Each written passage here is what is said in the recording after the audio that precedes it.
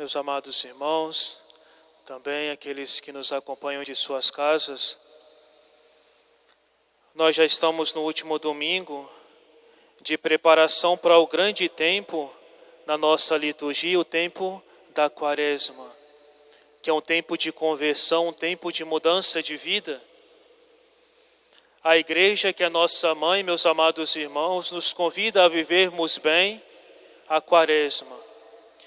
Vivermos a Quaresma, um tempo de maior recolhimento, um tempo de maior oração, o tempo de maior penitência, de maiores obras de caridade, para que verdadeiramente nós possamos crescer espiritualmente.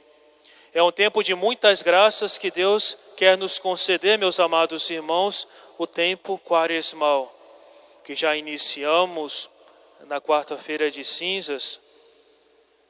Então, que nós não entramos de susto neste tempo, já nos preparamos, façamos os nossos propósitos, bons propósitos. Em algumas cidades, não sei se aqui tem um costume, eu não me recordo, mas muitos têm o costume de fazer a Quaresma eucarística, de todos os dias estar assistindo a Santa Missa e recebendo nosso Senhor no coração. Que nós, meus amados irmãos, possamos fazer algo para a nossa vida espiritual. Vemos tantos problemas que o mundo está passando, que todos nós estamos passando com esta pandemia. No dia de Nossa Senhora de Lourdes, nós refletimos, Nossa Senhora que pede penitência, Nossa Senhora em Fátima pede penitência. Então, meus amados irmãos, Nosso Senhor quer isso de nós. Passamos por provações e talvez isso não cesse porque falta de nós, cristãos, sermos realmente cristãos, de vivermos a vida cristã, a vida de santidade, de fazermos penitência, tantos que ofendem a Nosso Senhor, o mundo que cada vez mais se distancia de Deus pelo pecado, nós devemos demonstrar ao mundo a face de Deus, nós fazermos pelo mundo aquilo que eles não fazem, que nós possamos então fazermos os bons propósitos para este tempo da Quaresma. Nós escutamos na primeira leitura da Santa Missa de São Paulo aos Coríntios, falando sobre o hino da caridade. É uma leitura que nós deveríamos saber de cor, que nós possamos pegar, talvez em nossa casa, e fazermos a Lectio Divina, o que é verdadeira caridade. A caridade, meus amados irmãos, que é esse amor a nosso Senhor. E porque eu amo a Deus, eu realizo todas as coisas com o nosso próximo. De tudo suportar, de não falar mal, de não ser injusto, de se alegrar. Como São Paulo nos diz na epístola de hoje. E que nós possamos fazer um caminho de vida para cada um de nós. E olhando para o Evangelho, meus amados irmãos, nós vemos Nosso Senhor falando da sua paixão.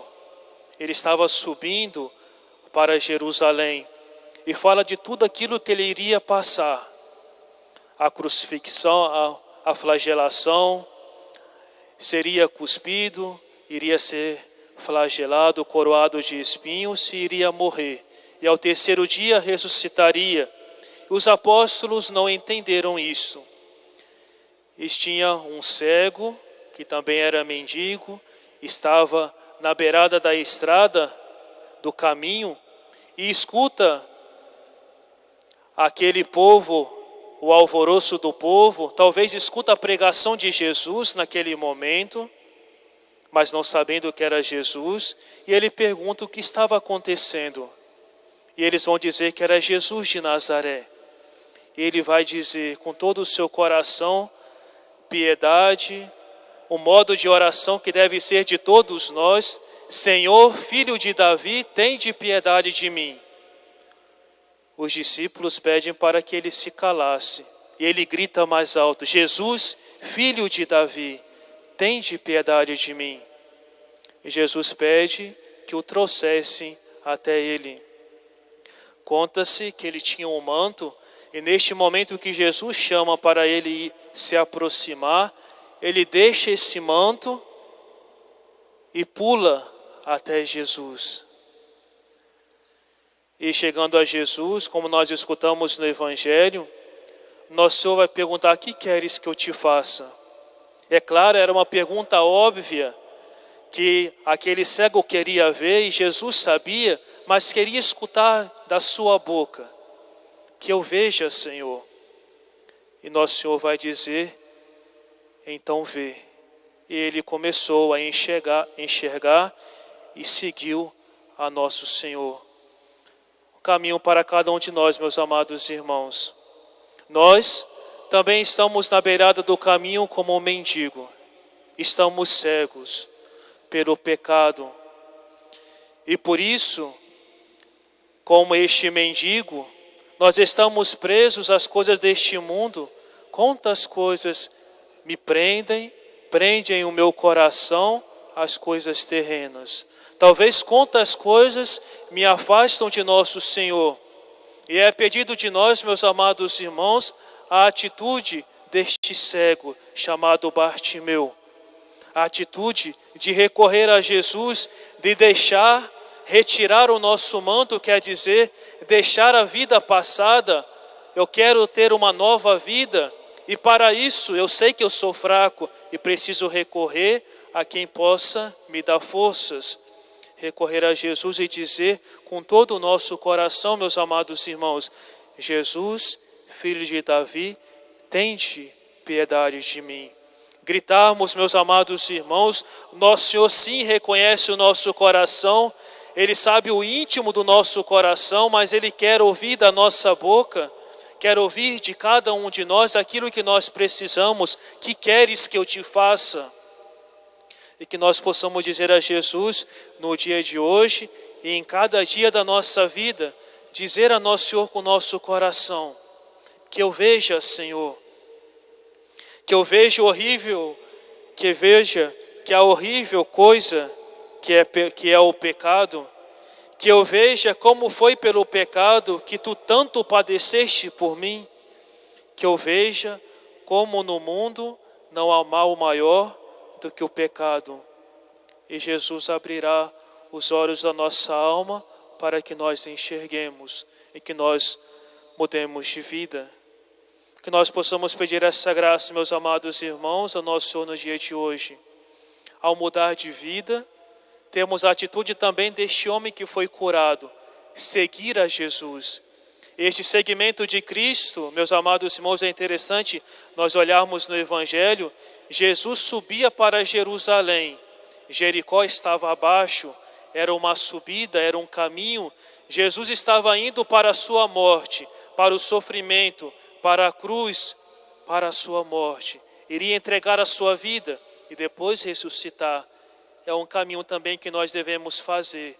Seguir a Jesus, tomar a nossa cruz de cada dia, renunciarmos a nós mesmos, tomar a nossa cruz de cada dia e seguir a nosso Senhor. Pelo sofrimento, pelas tribulações, para alcançarmos a coroa, também ressuscitarmos com Cristo no dia de Páscoa. E para nós encerrarmos, meus amados irmãos, queria contar uma pequena história que se conta de um homem numa paróquia. Existia um grande crucifixo que ameaçava despregar-se do lenho, um crucificado. Então o pároco desta paróquia chama um senhor para bater os pregos que sustentavam a imagem do crucificado neste lenho. E aquele homem então se prepara, coloca a escada, sobe, e chegando ao crucificado, meus amados irmãos, ele logo sente despertar-se a sua fé. Aquela fé que havia muito tempo ele não praticava. E sente uma profunda amargura. Com os seus pecados, tantas vezes ele bateu aqueles pregos na carne viva de nosso Senhor. Mas a dor invade-lhe o coração Seus olhos se enchem de lágrimas neste momento. A mão que vibra o martelo, ele não consegue martelar, não consegue colocar aqueles pregos. E ele vai dizer ao pároco: Senhor pároco, eu não consigo, eu não posso. Não, verdadeiramente eu não posso fazer isso. Oh, meus amados irmãos, se nas horas das tentações fosse vivo em nós o pensamento do crucificado, do sofrimento de Jesus, se nós soubéssemos em cada momento que nós vamos pecar, é isso que nós fazemos, é colocar novamente esse prego em nosso Senhor, renovar as dores da paixão de Cristo, nós com certeza não faríamos o pecado. Que nós possamos pedir essa graça ao nosso Senhor, a graça do arrependimento, como este homem, que neste momento, ao olhar o crucificado, ele vê toda a sua vida passada, renova a sua fé, que nós possamos em cada dia da nossa vida, ao olhar o crucifixo, ao pensar em Jesus, nós também renovemos a nossa fé e que nós possamos com lágrimas pedir o perdão dos nossos pecados e nunca nós o ofendermos pelo pecado. Se por infelicidade nós caímos porque somos fracos, temos o confessionário, o sacramento da misericórdia. É tão bom, meus amados irmãos, para os sacerdotes e, claro, uma grande alegria para nosso Senhor, verem os fiéis se confessarem com frequência e comungarem com frequência. Que seja esse propósito para a nossa vida, meus amados irmãos, que eu possa ser um verdadeiro cristão. Eu quero vencer os meus pecados, confissão e comunhão frequente. Com certeza, meus amados irmãos, em pouco tempo nós venceremos os pecados presentes na nossa vida, aqueles pecados que tanto nos incomodavam. É só frequentarmos os sacramentos que Jesus nos concedeu e deixou para nós o utilizarmos.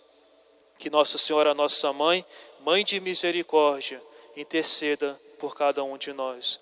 Louvado seja nosso Senhor Jesus Cristo. Para sempre seja louvado. Em nome do Pai, do Filho e do Espírito Santo. Amém.